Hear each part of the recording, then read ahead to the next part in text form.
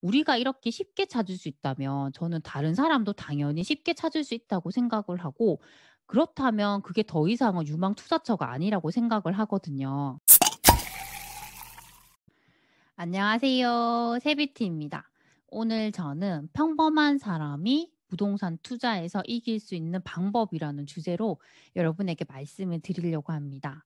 제가 이렇게 부동산 투자를 해온 지도 3년이라는 시간이 넘었습니다. 3년 전에 저는 정말 평범한 직장인이자 평범한 엄마였습니다. 항상 맞벌이를 했지만 돈이 부족했기 때문에 돈 걱정 때문에 이렇게 아둥바둥 이제 살았었거든요. 그런데 제가 이렇게 부동산 투자를 시작하면서 자산이 늘어나고 더 이상은 제가 돈 걱정을 하지 않게 이제 되었습니다. 그렇게 될 수 있었던 이제 가장 큰 이유들을 제가 4 가지로 추려서 한번 말씀을 드리려고 합니다. 우선 첫 번째는 안 되는 이유를 생각하지 말라는 것입니다. 제 주변에도 이렇게 부동산 투자를 하고 싶은데 망설이는 분들의 이유를 들어보면 대개는 지금 현재 내가 1 주택에 살고 있는데 대출이 있어서 또 대출을 받기가 이제 두렵다, 이런 분도 있고, 아니면 주택이 하나 있는데 또 주택을 매수를 하게 되면 기존 주택의 비과세를 받지 못할까 봐 투자를 못 하겠다는 분도 있더라고요. 또 다른 분은 이렇게 덜컥 투자를 했는데 집값이 떨어질까 봐 투자를 못 하겠다, 이제 이렇게 안 되는 이유를 계속 말을 하더라고요.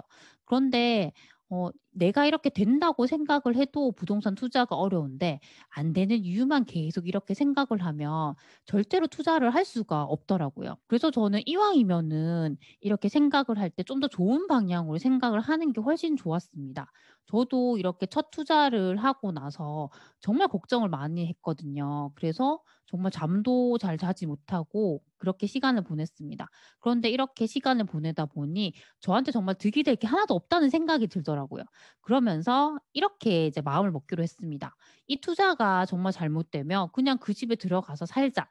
이렇게 가볍게 좀 생각을 해 버리니까 더 이상 이제 불안하지가 않았습니다. 그래서 저는 이렇게 투자를 해 놓고 나면 이것이 상승하는 걸 보기 전까지는 그 시간을 저희가 버텨야 하거든요. 그래서 이왕이면 그 시간을 버티게 될 때 안 좋게 생각을 하는 것보다는 좀 더 긍정적으로 생각을 하게 되면 나도 마음이 편하고 저희가 목표라는 그 대상물에도 좀 더 긍정적인 영향을 이제 줄 수 있다고 생각을 합니다. 그리고 두 번째는 시드 머니를 모으라는 겁니다. 시드 머니는 저희가 보통 생각하는 종잣돈인데요. 저는 어느 정도의 종잣돈을 모아야 한다고 이제 생각을 하고 있습니다. 제가 신혼 때는 매달 150만 원 정도 저축을 했거든요. 그렇게 적금을 하니까 1 년이니까 1,800만 원이 되고 2 년을 모으니까 3,600만 원 정도가 모이더라고요. 저는 그 돈을 모아서 제가 첫 집을 사는데 보탰습니다. 그런데 대개 사람들 같은 경우에는 내가 이렇게 월급을 받게 되면 내가 필요한 데 다 쓰고 나서 남는 돈으로 적금을 들여야지, 이렇게 생각하는 사람들이 많더라고요.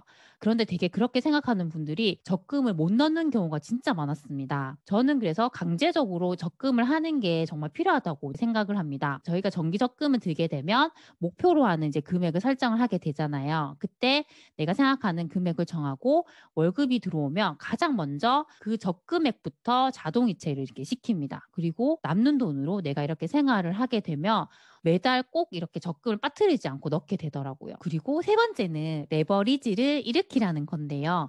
레버리지는 저희가 생각하는 대출을 이제 말을 합니다. 저희가 이렇게 시드 머니를 모았다고 하더라도 내가 생각하는 그 투자금을 만들기까지는 정말 오랜 시간이 걸릴 수가 있거든요. 제가 만약에 5천만 원이라는 돈을 이렇게 적금을 통해서 모았다고 하는데 내가 투자를 하려는 곳은 1억이라는 이제 돈이 들 수도 있습니다. 그렇게 하려면 이제 나는 5천만 원의 돈을 더 대출을 일으켜야 하거든요. 그런데 제가 이렇게 계산을 해 보니까 이제 이자를 3%로 생각했을 때 5천만 원을 이제 신용 대출을 받게 되면 매달 12만 5천 원 정도 이자가 나오더라고요. 그게 어떤 분에게는 클 수도 있고 어떤 분에게는 작을 수도 있거든요. 저는 이렇게 한번 생각을 해 봤거든요. 보통 스타벅스의 아메리카노 한 잔이 4,100 원이거든요. 그것을 30일 동안 습관적으로 먹는다고 하면 12만 3천 원이라는 돈을 쓰게 됩니다. 그런데 이 스타벅스 커피를 끊고 집에서 인스턴트 커피를 마시는 거예요. 그렇게 되면 12만 3천 원이라는 돈을 아낄 수가 있잖아요. 대신에 이제 그 돈으로 신용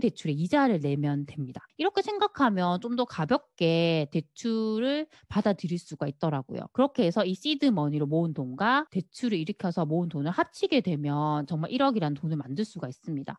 저희가 1억이라는 돈을 그냥 적금을 통해서 만들려고 하면 거의 8년이라는 시간이 걸리더라고요.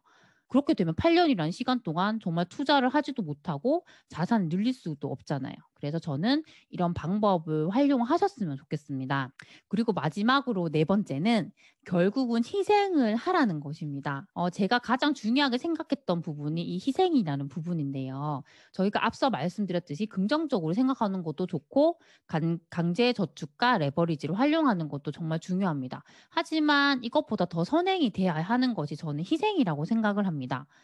우리가 이렇게 부동산 투자를 하거나 부동산 공부를 하기 위해서는 새로운 시간을 이렇게 내야 하거든요. 그런데 저희의 일상을 보면 항상 그 시간들은 다른 것들로 이렇게 다 채워져 있거든요.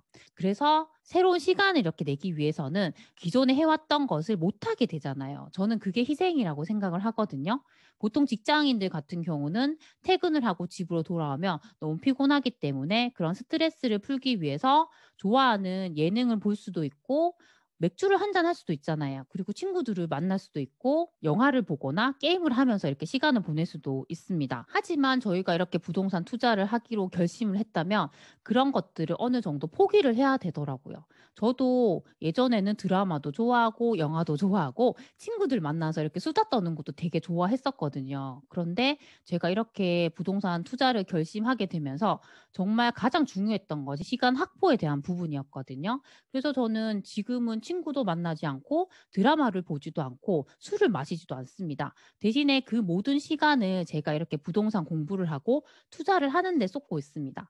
가끔은 이런 게 되게 힘들 때는 있더라고요. 기존에는 정말 당연하게 했던 거를 지금은 하지 못하게 되니까 힘들거나 기분이 좀 안 좋을 때도 있더라고요. 그런데 제가 이렇게 희생을 해서 정말 자산을 늘릴 수 있고 돈 걱정을 더 이상 하지 않게 살게 된다는 것에 집중을 하니까 그게 더 이상은 괴롭지 않더라고요. 최근에 저한테 이런 질문을 하신 분이 있었어요. "세비티님, 좀 더 쉽게 유망 투자처를 찾을 수 있는 방법이 있나요?" 이렇게 이제 말씀을 하셨는데 저는 이 쉽게 찾는다는 것에 대해서 한번 생각을 해 봤거든요. 우리가 이렇게 쉽게 찾을 수 있다면 저는 다른 사람도 당연히 쉽게 찾을 수 있다고 생각을 하고 그렇다면 그게 더 이상은 유망 투자처가 아니라고 생각을 하거든요. 저는 지금도 이렇게 투자처를 찾을 때 그 지역의 흐름을 다 분석하고 입지별로 다 분석을 합니다. 그리고 더 들어가서 그 각 단지별로 상승률을 보고 입지를 다 보면서 최종적으로 유망 투자처를 찾고 있거든요. 그 작업이 정말 며칠 동안 걸릴 때도 있고 하루 종일 제가 책상에 앉아서 그 작업을 할 때도 많습니다.